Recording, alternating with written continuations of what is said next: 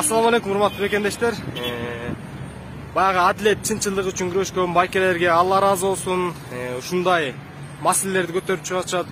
Мыйзамсыз байыгандар боюнча жанакындай акчасына таянып, өзүнүн байлыгына, бийлигине таянып аткандарды, ушулардын мыйзамсыз байыган нерселерди, мисалы үчүн мыйзамсыз байыган нерселерди айтып, ачыкка чыгарып аткан ушундай байкелерибизге Алла разы болсун. Жолдош байке, ушу эме боюнча, маселелер боюнча жакшы иштерди көтөрүп жүрөбүз. Ушу боюнча кичине үн катып койбойсузбу? Могу жер Камчыбек Жолдошбаевка таандык, уялчак депутатка. Могу уялчак депутат, билесиңер, өзүңүздөр билгендей, Аида Касымалиева Ак үйдөн 200 метр ар жагында жашайт. 200 метр, туугандар. Ошол жерден маршрутка менен келсе, Жолдошбаев сессиядан туруп айткан, спикерге кайрылган. Ушул Аида Касымалиеваны маршруткадан түшкөндө мен уялам, кепкамды мынтип түшүрүп алып кирип кетем депчи. Эми кече өзүңүздөр көрдүңүздөр, контейнерге биздин катардагы жанагы Манзура эженин кыпчылып турганын өзүңүздөр кандай болуп өлгөнүн баардыгы мына жүктөгөм. Мен муну менен айтып кетмекчимин. Бул ишти биз буйрса мына эртең 10 саат гоюнга чогулгула. Эртең саат 10 гоюнга. Ошол жерден жөө жарыш кылып өкмөткө үй катабыз. Эмне деген үндөрдү катабыз. Бул жерде бул Камчыбек Жолдошбаевтан дагы баягы жабыркаган адамдар менин аркамда мына интернетте жүрсөт. Могу стройкада иштептир балдар, мынакей. Монда толук тартсаң, могу жерде 5 сары деген эмеси бар. Бирок бул 5 сары эмес. Туугандар, билип алла, бул 5 сары эмес. Бул Акынбаева Тыналиева, бул Жал микрорайон. Бул генпланы. Бул 5 сарыга окшогон эме. Бул муниципальный жерге кирет, парк, саак чөө турган. Бул Бишкектин баарын эле ушинтип басып алган аскергенсип, бир кичинекей жерди барып туруп кысып өтүргөндө биз ачуубуз келип атат. Мунун уже шиши уже полный уже толгондо ужечи эмне кыларын билбей анан уже элге өткөн ужечи мына полный көрсөңөр мына могу генпланы, могу муниципальный жер. Мен муну менен жаңа эле азыр кимге жана первый вице муниципальныйды караган Жамал Рысалиевке мына жаздым азырчы. Эгерде мен бул тууралуу жазган жокмун, муну билген жокмун. Мен жана 5 сарысы тууралуу жөнүндө жаздым. 5 сарынын биринчи эмес, экинчисин салды. Ошол экинчиси муниципальный жер экен, бул парк түшө турган жер экен. А бул парк түшө турган жерге анын жана Гулиза деген кызы отуруп алып, элге мыйзамсыз процент акча берет экен. Лицензия деген болуш керек, лицензия дегенчи жана кызыл китепти алганда ошонун лицензиясы жок берген сосеттин, жана өлгөн эженин сосеттин алып алганда кызыл китеби. Бул кандай десем, бул лицензия алган жок. Мындай адамдарды чет өлкөдө атып таштайт экен, өкмөткө. Булар вообще бир сом өкмөткө налог төкпөйт экен да.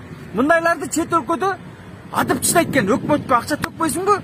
А сен элди процент акча берип элди кырып атасың. Мындайча айтканда элди кырып атасың да. Биз ошон үчүн эртең өкмөт башчыларына үн каталы. Мына мону көрүп алла, монун баш аягы жок.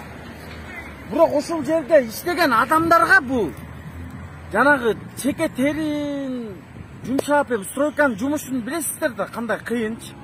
Кандай кыйын стройканын жумушу, кандай кыйын. Ошолорго акча бербептир да бул чөй, бул мен билбейм бул эмнеден туулганчы.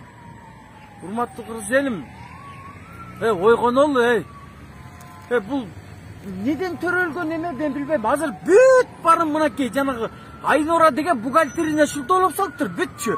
Бүт эле ошол жерге оформить этип өттүр да Айнурагачы. Бүт эле кызы Айнура. Анан ите берип коет дейт, мен не причем депчи. Еще как причемсуз, мына көрүп алла, мына Жал микрорайону өзүнчө эле маякта бир 15-чи микрорайон десе, бул 16-чы микрорайон кылып салып атыптыр. Мына көрүп алла, 16-чы микрорайон.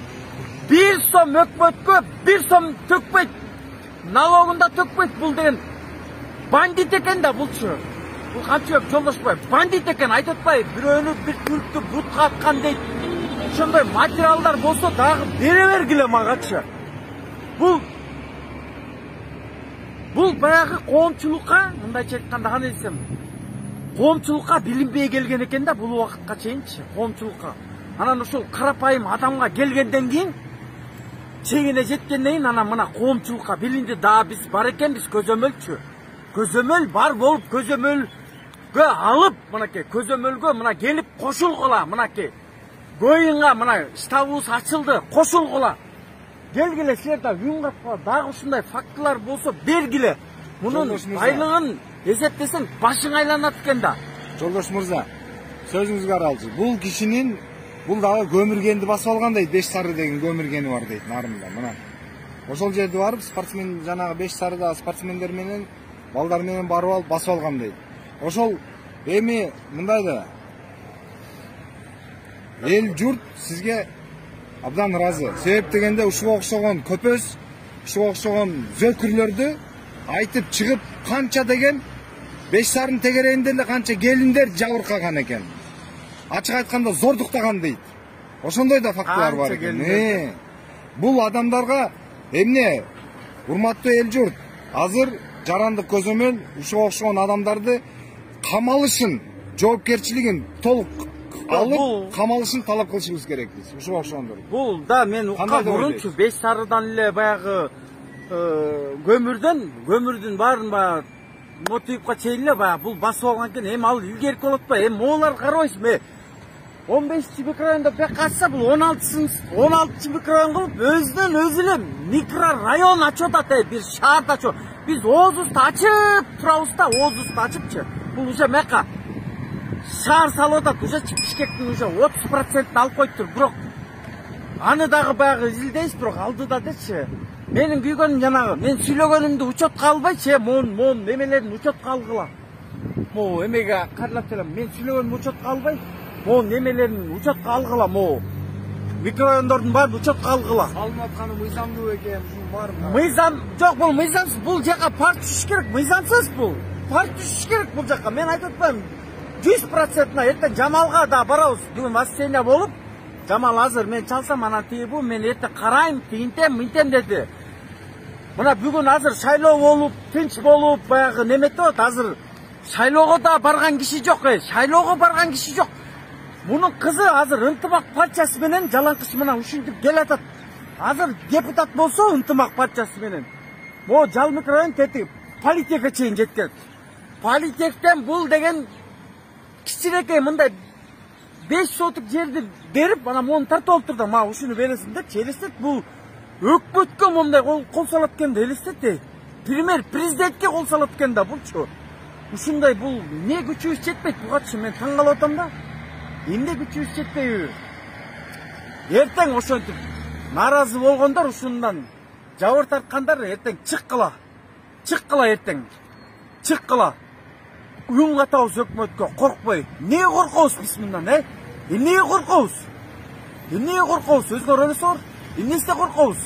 Ошондо жолдош, бийик турсак биз азыр, ынтымактуу болсок чыгабыз мунун көпөсүнө. Ошондо жолдош мырза, ушул ишти Кудайым буйрса аягына чейин чыгарабызбы?